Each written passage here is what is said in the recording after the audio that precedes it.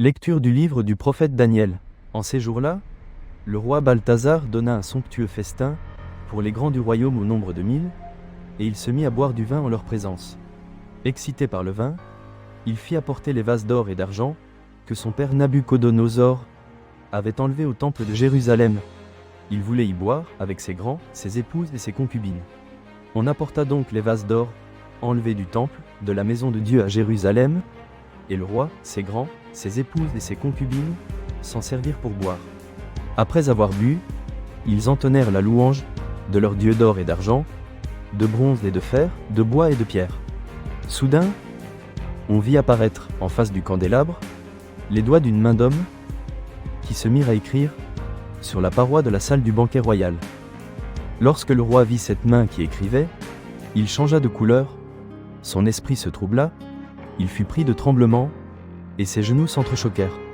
On fit venir Daniel devant le roi, et le roi lui dit : « Es-tu bien Daniel, l'un de ces déportés, amenés de Juda par le roi mon père ?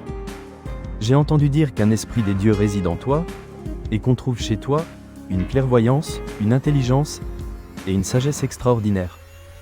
J'ai entendu dire aussi que tu es capable de donner des interprétations et de résoudre des questions difficiles. Si tu es capable de lire cette inscription et de me l'interpréter, tu seras revêtu de pourpre. Tu porteras un collier d'or, et tu seras le 3e personnage du royaume. » Daniel répondit au roi : « Garde tes cadeaux, et offre à d'autres tes présents. Moi, je lirai au roi l'inscription, et je lui en donnerai l'interprétation.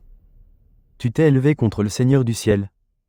Tu t'es fait apporter les vases de sa maison, et vous y avez bu du vin. Toi, les grands de ton royaume, tes épouses et tes concubines. Vous avez entonné la louange de vos dieux d'or et d'argent, de bronze et de fer, de bois et de pierre. Ces dieux qui ne voient pas, qui n'entendent pas, qui ne savent rien. Mais tu n'as pas rendu gloire au Dieu qui tient dans sa main ton souffle et tous tes chemins. C'est pourquoi il a envoyé cette main et fait tracer cette inscription. En voici le texte : Menez, menez, Tekel ou Pharsine. Et voici l'interprétation de ces mots. Menez. Dieu a compté les jours de ton règne, et y a mis fin. Tekel. Tu as été pesé dans la balance, et tu as été trouvé trop léger. Ou Pharsine.